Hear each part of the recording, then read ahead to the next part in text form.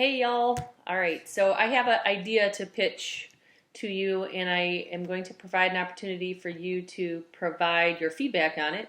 Um, so I was thinking, when we do live Zoom classes for band, it's really tricky for me to navigate because we can't play together at the same time, and I can't hear what you're doing if we're not playing together. And I don't really want to make people feel like they need to play by themselves in front of the whole class because, some people are comfortable with that, some people aren't. But I'm sure it would make anyone a little nervous. So, what I was thinking we could do for the month of October, maybe as a test run, is anytime you have an A day for band, whether it's sync or asynchronous, I have two approximately 30-minute lessons scheduled for that day. And you're going to be assigned to a group, and some of you will actually be by yourself, depending on how many kids are in the class.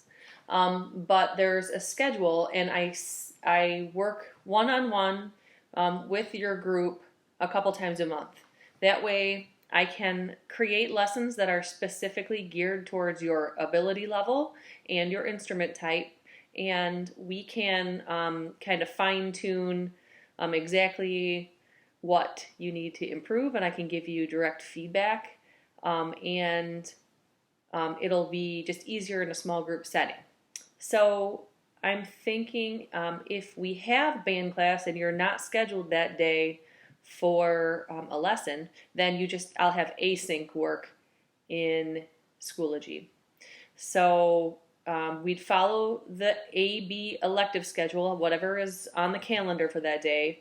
And then you'd look at the lesson schedule that I have uploaded into Schoology for today, and you would see if you had a lesson or not. If you have a lesson, then you're live on Zoom. If you don't have a lesson, then there's an assignment for you in Schoology. So the only time you'd be sync is if you had a lesson, and all the other times you'd be async. So it works out to be about the same. Actually, for some classes, you get one extra live interaction, and for the other classes, it's the same. So you will have the same number of synchronous classes. It's just going to be spread out a little differently, and I think it will be more valuable to you to have the small group one-on-one live sessions. So review the schedule. Let me know if you have questions, comments, feedback. I'm thinking that the next step would be to make a shared document in Drive that has a checklist of goals that you're working towards. And we can maybe make that, for now, let's just start it as goals for October. And there can be maybe a song that you're working on. Right now, most of us are working on either a solo or a specific exercise in the book that I've assigned. There can be some scales and technical exercises that we're working through, and then we can work together to identify maybe some fun stuff that you want to learn in addition to the things I assign.